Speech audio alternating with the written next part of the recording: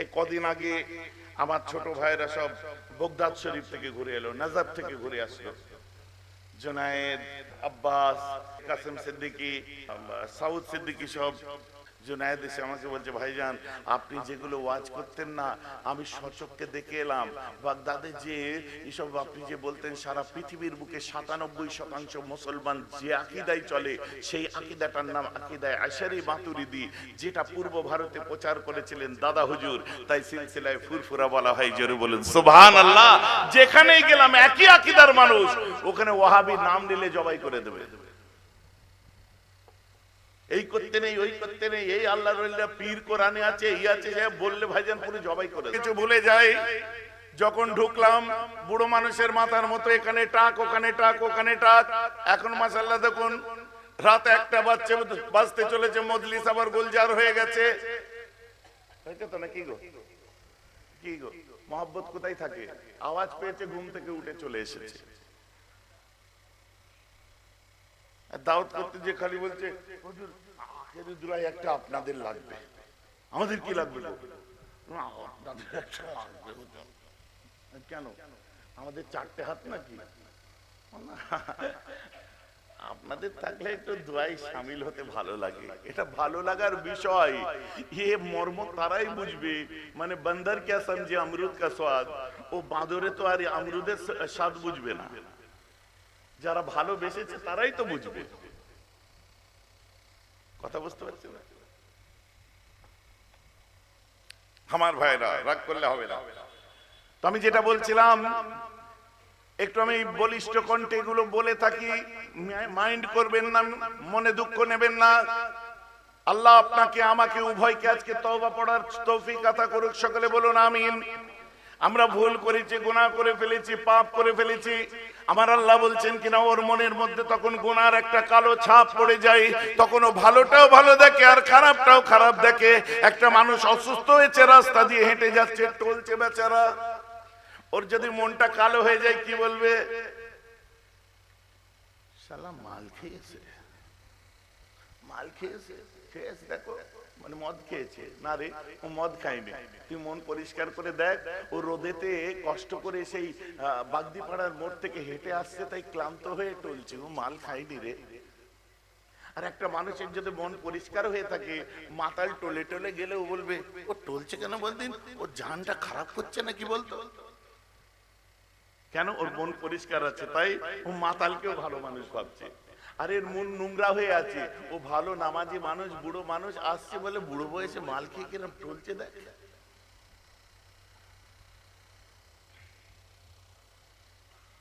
যার জন্য আসল ট্রিটমেন্ট, আমরা কলবের ট্রিটমেন্টের কথা বলি, অন্তরের ট্রিটমেন্টের কথা বলি, ওটা পরিষ্কার করার সিস্টেম আছে।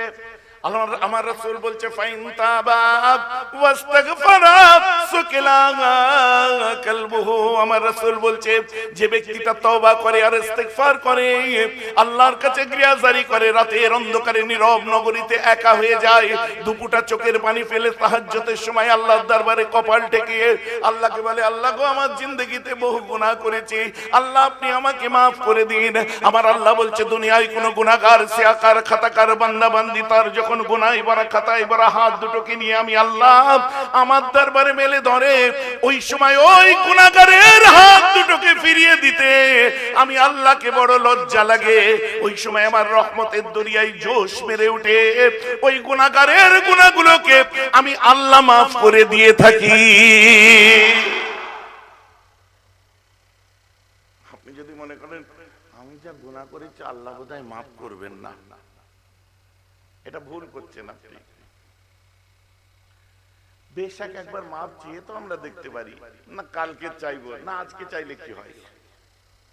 কালকে তওবা পড়বো, কাল কেন, আজকে পড়লেই কি হয়? আজকেই পড়বো, কালকে পড়বো কেন?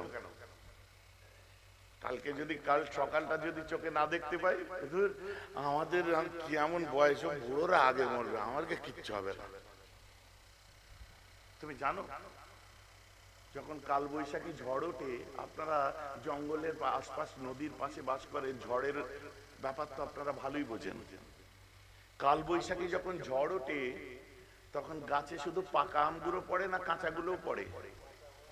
কাঁচা পাকা সব ঝরে যায়, পাকাগুলো খায়, কাঁচাগুলোকে নিয়ে যায়, ভালো করে ছেলে ছিলার পরে কাঁচা আমগুলো শিলের উপর রেখে তোমার বউ বা মা বোন সব এমন পিসা পেশে লাস্টে রোদে শুকর দেয়, ভাত খাওয়ার পরে মশলা টসলা দিয়ে ভালো করে আচার করে, চাটনি করে, আর ভাত খাওয়ার পরে সুরুত করে টেনে খায়। তখন বলতে ইচ্ছা করে, এই জওয়ান আম, বাচ্চা ছিলি, এমন ঝড় উঠলো তুই পড়ে গেলি, তোকে চাটনি বানিয়ে ছেড়ে দিল।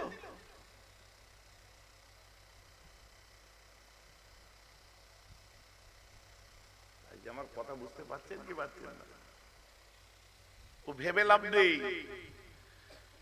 মরতে হবে, কথাটা সত্য না মিথ্যা, এই মরার উপর আমাদের ঈমান আনতে হবে আগে।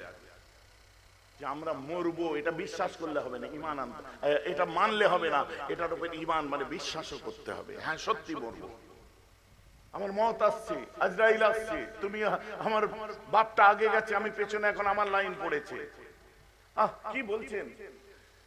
আমি গত পরশুদিন সন্ধ্যার সময় গাড়ি নিয়ে বেরিয়েছি, হঠাৎ আমার ফোনে একটা ফোন আসলো।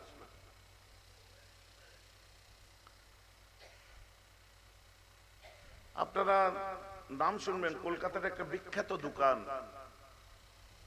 আসলাম ব্রাদার্স, একমাত্র সন্তান, তার একটাই ছেলে, বয়স হচ্ছে এই 36-37 বছর বয়স হবে, হাবিব মোল্লা নাম, আমার বড় মহব্বতের ছেলে, নিজে বড় চাকরি করে, ছোলামন্ডলমের রিজিওনাল ম্যানেজার, নিজস্ব আপনার সেন্ট্রাল এভিনিউর উপরে বিশাল বড় আপনার দোকান, ব্যবসাও আছে, চাকরিও আছে, কলকাতায় গাড়ি বাড়ির তার অভাব নেই, বুঝতে পারছেন না? হঠাৎ ফোনে খবরটা এলো কি জানেন ভাইজান? হ্যাঁ, হাবিব ভাই মারা গেছে। আমি কি বলছো? হাবিব ভাই মারা গেছে। আমি কোন হাবিব? বলছে আমাদের হাবিব ভাই জান। হ্যাঁ হাবিব। আমার বিশ্বাস হচ্ছিল না, তারপরে মনটাকে একটু বুঝিয়ে নিয়ে বললাম ইন্না লিল্লাহি ওয়া ইন্না ইলাইহি রাজিউন। জলসায় পৌঁছে গেলাম, ভাইজান কি মাইকটা একটু আস্তে বাজানো হবে আজ? আমি ঠিক আছে আস্তে বাজাবো। কেন? বলছে পাশের বাড়ির একজনের শরীর খারাপ। ঠিক আমি ওয়াজটা শেষ করেছি, একজন কানে কানে এসে বলল ভাইজান এই মাত্র 1 মিনিট হচ্ছে ইন্তেকাল করে গেল। বিশ্বাস আছে? কবরে যখন চলে যাবে কে হবে? ডান দিকে মাটি, বাঁ দিকে মাটি, উপরে মাটি, নিচে মাটি, চতুর্দিকে মাটি, মাটি আর মাটি। আরে তাই আমরা দোয়া চাই, আল্লাহ গো কবরের প্রথম রাতটা আমাদের জন্য বড় পরিচিত আর আসান করিয়ে দেবেন আল্লাহ। অন্ধকার কবরে কেউ কোথাও থাকবে না। কি করে সেই বাঁশ বাগানের মধ্যে, কাশবনের মধ্যে, মাটির মধ্যেখানে, জঙ্গলের মধ্যে একটা টিমটিমে লম্প জ্বলবে, লণ্ঠন জ্বলবে, আর আমি শুয়ে থাকবো কবরে, বুকের উপরে মাটি, শিয়াল দৌড়বে, কুকুর দৌড়বে। আল্লাহ একবার ভেবে দেখেন তো ভালো করে। হ্যাঁ আমার যুবকেরা বুঝতে পারছো? বোঝা যাচ্ছে? একটা ভালো মানুষ যদি দুনিয়া থেকে বিদায় নেয়, তার রূহটা কোথায় যাবে? আলামে ইল্লিনে যাবে। আর খারাপ মানুষ মারা গেলে বলেন, রাইট, একটু জোরে বলেন, হ্যাঁ সিজ্জিনে যাবে। ভালো মানুষের রূহ কোথায় যাবে? ইল্লিনে যাবে। আর খারাপ মানুষের রূহ কোথায় যাবে? সিজ্জিনে যাবে। আমরা বললে আমাদের রূহ কোথায় যাবে?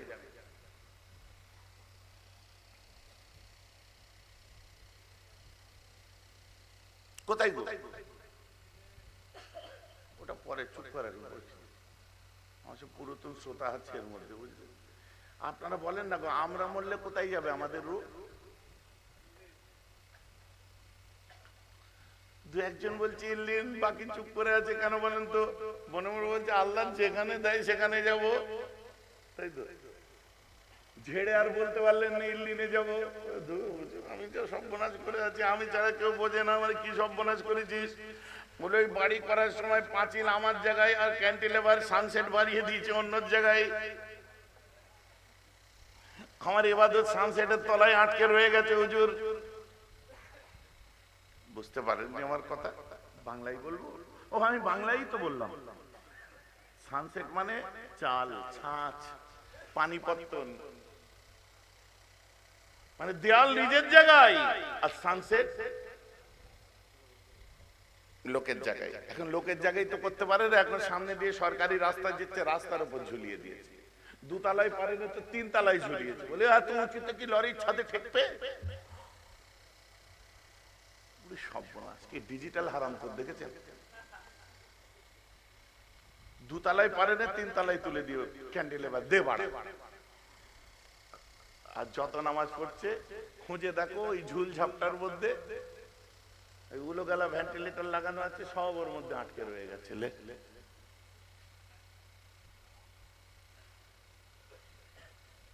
আল্লাহ আপনার আব্বার দুটো ছেলে দিয়েছে, দুটো মেয়ে দিয়েছে, আপনারা দুই ভাই বোনই, আব্বা ইন্তেকাল করে গেল, দুনিয়া থেকে বিদায় নিল, কান্নাকাটি করলেন, দুঃখ করলেন, ছোট ভাই কাঁদছে, বোন কাঁদছে, আপনি বললেন চিন্তা করিস নি, আমি তো আছি।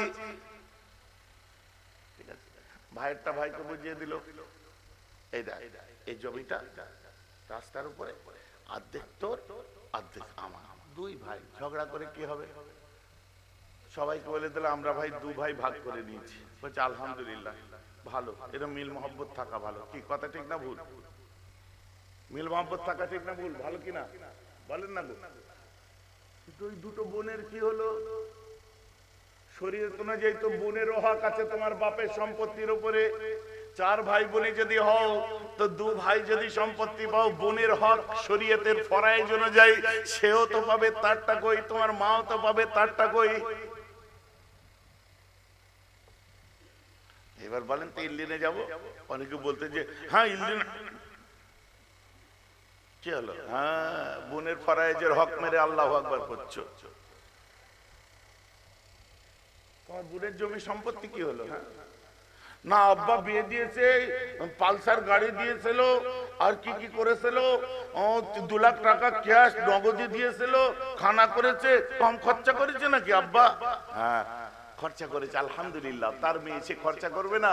তোমার আব্বা মরার সময় তোমায় ওসিয়ত করে গেছিল যে তোর বোনেদের পাওনা দিয়ে দিয়েছি, ওদের বিয়েতে খরচা করে দিয়েছি, বাকি যা আছে তোরা দুই ভাই দিবি বলে গেছিল?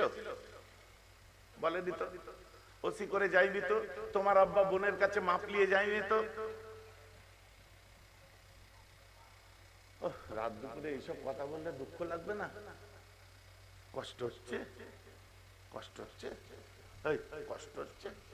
ও আরো বলবো, বেশ করবো, বলবো তুই হারাম করে হারাম খাবি কেন?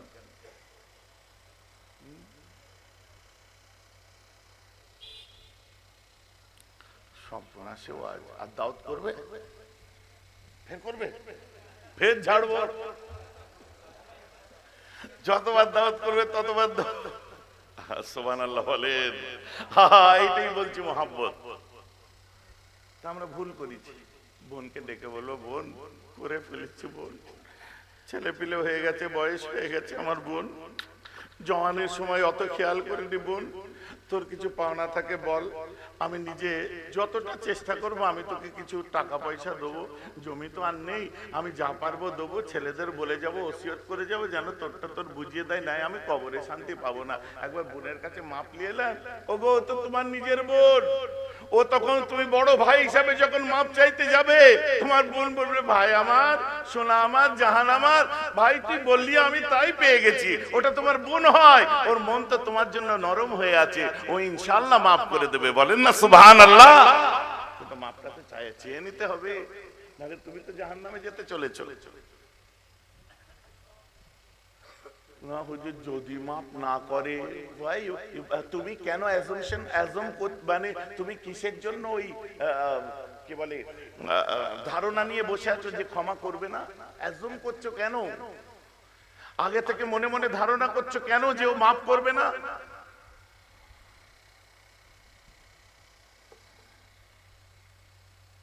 যদি ও তো করেও দিতে পারে, আর যদি মাফ না করে তুমি চেষ্টা করবে তার পাওনা দেওয়ার, নিয়ত রাখবে, নাহলে তোমার নামাজ রোজা বালির বাঁধ হচ্ছে। না হুজুর আপনি বললেই হলো, আমি বলছি না, আল্লাহ রাসূল বলছেন এক শ্রেণীর মানুষ আছে যারা জান্নাতে যাওয়া তো দূরের কথা, তাদের নাকে জান্নাতের গন্ধ পর্যন্ত পৌঁছাবে না। সাহাবারা জিজ্ঞেস করলেন হুজুর তারা কি চোর নাকি? তারা ডাকাত, তারা লুটেরা, তারা অ্যান্টি সোশ্যাল, আনসিভিলাইজড, ইমোরাল, তারা কারা হুজুর? আল্লাহ রাসূল বলছেন না রে, তারা চোর নয়, তারা ডাকাত নয়, অ্যান্টি সোশ্যাল নয়, আনসিভিলাইজড নয়। তারা কারা জানিস? বালহুম ইউসাল্লুন, বরং তারা নামাজি। ওয়া ইয়াসুমুন, এবং তারা রোজাদার। বালহুম ইউসাল্লুনা ওয়া ইয়াসুমুনা ওয়া ইয়াহুজ্জুনা লাম ইয়াতিবনা লাহুরিয়াম ফিল জান্নাহ। না না না, তারা চোর নয়, ডাকাত নয়, লুটেরা নয়, বরং তারা নামাজি, রোজাদার। আবার হাজী সাহেব, তথাপি আমি বিশ্বনবী শুনিয়ে দিই, শুনে রাখো, ও যতই নামাজ পড়ুক, রোজা রাখুক, আর মক্কায় যে হজ করে আসুক, ও কখনো জান্নাতে যেতে পারবে না। ওর নাকে জান্নাতের গন্ধ পর্যন্ত পৌঁছাবে না। বলুন নাউজুবিল্লাহ। জান্নাতে যাওয়া তো দূরের কথা, জান্নাত নাকে শোকার চান্স পাবে না। তুমি যতই হজ করে আসো, তুমি যতই 5 ওয়াক্ত নামাজ পড়ো, তুমি যতই রোজা রাখো, না না, আমি কারো বিরুদ্ধে, আমি মানে ব্যক্তিগতভাবে কারো বিরুদ্ধে নয়, আমি সামগ্রিক কথা বলছি। আমার নবী যেটা বলেছেন আমি সেটা শোনাচ্ছি। যদি আপনাদের রাগ হয় তাহলে রাগটা আসল জায়গায় করেন। আমার নবী বলেছে, আমি ভাষান্তর করে আপনাদের কাছে পৌঁছে দিলাম। তিনি আরবিতে বলেছে, আমি বাংলায় শুনিয়ে দিলাম। আমার দায়িত্ব খালাস।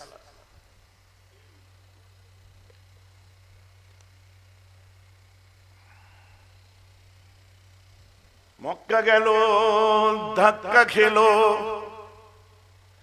মক্কা গেল, ধাক্কা খেলো, নাম হলো হাজি। আর খো গেল না, খসলত গেল না। ফিরে আসার পরে দেখো কিছুদিন পরে মাল যে পাজি কার সেই পাজি। আল্লাহওয়ালা হাজি আছে, আমি তাদের জন্য বলছি না, নাউজুবিল্লাহ, আমার গর্দান নত হয়ে যাবে তাদের কাছে। আল্লাহওয়ালা হাজি আছে, বেশক আছে, আমি নাউজুবিল্লাহ তাদের বিরুদ্ধে বললে আল্লাহ আমায় মাফ করবে না। কিন্তু অনেকে এমন আছে না, নেই। গ্রুপের খাবার খেতে যে কত নামাজ কাজা করে দিয়েছে, কত নামাজ ছেড়ে দিয়েছে, কোনো ঠিক নেই। কথা বুঝতে পারছেন? ওই যে ট্রাভেলস নিয়ে যাই উমরা করতে, জোহরের নামাজ পড়ে তাড়াতাড়ি ছুটছে, বলে কি খেতে হবে, গ্রুপে খেতে হবে। একসঙ্গে গ্রুপে সিস্টেম করে দেয় না, বাসন নিয়ে যে নিজে তুলে খেয়ে নাও। কত নামাজ ছেড়ে দিয়েছে, কোনো ঠিক নেই। মদিনা শরীফে 40 ওয়াক্ত নামাজ ছেড়ে দিয়েছে, 2-4 ওয়াক্ত এই খাওয়ার চক্করে। যা বাবা, বেলা 11:30-12টার দিকে কাবার চত্বরে চলে যাও, ওখানে জোহর পড়ো, পেটে পাথর একটু বাঁধো, আসর পড়ো, আসরের পরে একটু টাইম পাবে, যা 2-4 পয়সা পকেটে আছে, একটা খেজুর টেজুর পানি, আর ওখানে সবসময় খাবার দিচ্ছে, খেয়ে নে।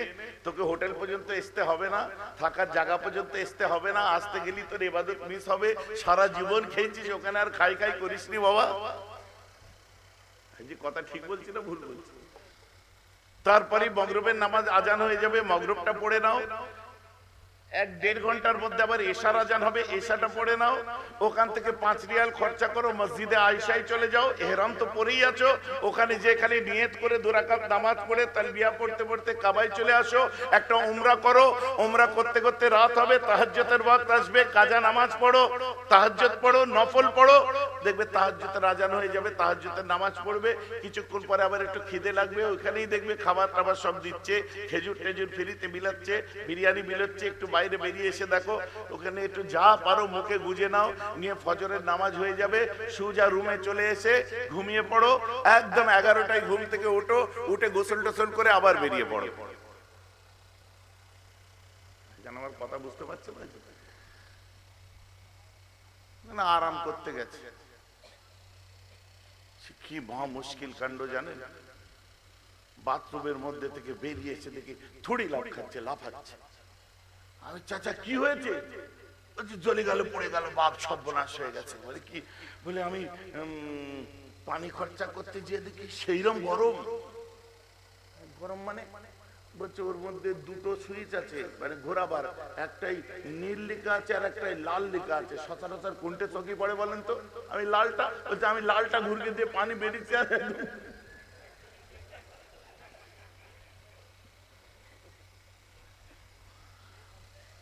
আমি হাসতেও পারছি না, বেচারা এমন লাফাচ্ছে, তার তো জায়গা পড়ে গেছে। বুঝতে পেরেছেন? গরম পানি মানে ঠান্ডা গরম মিশাতে হয় না, বা কেউ ঠান্ডা পানি ব্যবহার করে। ওমাল কি করেছে, গরম পানি খুলে দিয়ে ধরেছে ডাইরেক্ট, পুরো ফুটন্ত গরম পানি সব পুড়ে ফোঁসা উঠে গেছে। চাচা কি করা যায়। খানিকক্ষণ বাইরে যে এরকম করে ঘুরছে, কি হলো চাচা? ওই সেরকম কষ্ট হচ্ছে। এখন কি করবে? এক কাজ করো, এই যে বালতি আছে, বালতিতে পানি ভরে দিচ্ছি, তুমি ডুবিয়ে বসো।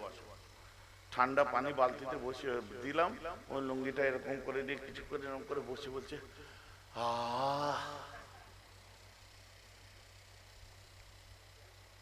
কি মহা মুশকিল কাণ্ড। সাবধান, অনেকে রেগে ফায়ার হয়ে যাচ্ছে। যারা যাবেন নিয়ত করে নিন যে ওখানে যে যাচ্ছি আমরা কষ্ট করতেই যাচ্ছি। প্রতিটি মানুষের জীবনের সেরা কষ্টের ইবাদত হলো হজ। সব থেকে কষ্টের ইবাদত। আল্লাহ হাঁটা তোমার শরীরের পরীক্ষা নিয়ে নেয়। প্রত্যেক দিন মিনিমাম তোমাকে 10 কিলোমিটার হাঁটতে হবে। আর ওই যে 10 কিলোমিটার হাঁটবে, ও কোথা দিয়ে টাইম পার হয়ে যাবে বুঝতেই পারবে না।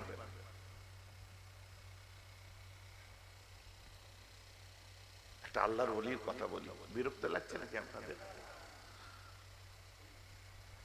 পাঞ্জাবের পানিপথে শুয়ে আছে হযরতে আবু আলী কালান্দার রাহমাতুল্লাহ আলাইহি। হরিয়ানার পানিপথ নাম শুনেছেন তো? আবু আলী কালান্দার পানিপথ অনেকে জিয়ারত করে এসেছেন। পানিপথের আল্লাহর ওলি। আমিও যাই মাঝে মধ্যে জিয়ারত করতে। আমি ওলিয়া উলিয়াদের মাজার জিয়ারত করতে সারা ভারতবর্ষ, দেশের বাইরে ঘুরতে পছন্দ করি। এই কদিন আগে আমার ছোট ভাইরা সব বগদাদ শরীফ থেকে ঘুরে এলো, নাজাব থেকে ঘুরে আসলো। জুনায়েদ, তারপরে আপনার আব্বাস, তারপরে আপনার কি আমার ছোট ভাই কাসেম সিদ্দিকী, তারপরে আপনার ওই সাউদ সিদ্দিকী, সব আব্বাস সিদ্দিকী, জুনায়েদ সিদ্দিকী, আমার সব, আর হাজী সাহেবরা সব গেল, নাজাব গেল, এতে তারপরে কোথায় বলে বাগদাদ গেল, কত কত বড় বড় আল্লাহর ওলিদের মাজার জিয়ারত করে চলে এলো। জুনায়েদ এসে আমাকে বলছে, ভাইজান আপনি যেগুলো ওয়াজ করতেন না, আমি সচক্ষে দেখে এলাম। বাগদাদে যে এসব আপনি যে বলতেন, সারা পৃথিবীর বুকে 97% মুসলমান যে আকীদায় চলে, সেই আকীদাটার নাম আকীদায়ে আশারি মাতুরিদি, যেটা পূর্ব ভারতে প্রচার করেছিলেন দাদা হুজুর। তাই সিলসিলায় ফুরফুরা বলা হয়। জোরে বলুন সুবহানাল্লাহ। যেখানেই গেলাম একই আকীদার মানুষ, ওখানে ওয়াহাবি নাম নিলে জবাই করে দেবে। এই করতে নেই, ওই করতে নেই, এই আল্লাহর ওলিরা পীর কোরআনে আছে, এই আছে, বললে ভাইজান পুরো জবাই করে দেবে। আমি দোয়া করি আপনাদের জন্য, আর আপনারা আমার জন্য দোয়া করেন, আল্লাহ যেন আমাদের সকলকে একবার হাজিরা দেওয়ার তৌফিক দেয়। বলুন আমিন। মওতের আগে যেন আল্লাহর কাবা, রাসূলের রওজা দেখার তৌফিক দেয়, বড় বড় ওলিদের মাজার জিয়ারত করার যেন তৌফিক দেয়। সকলে বলুন আমিন।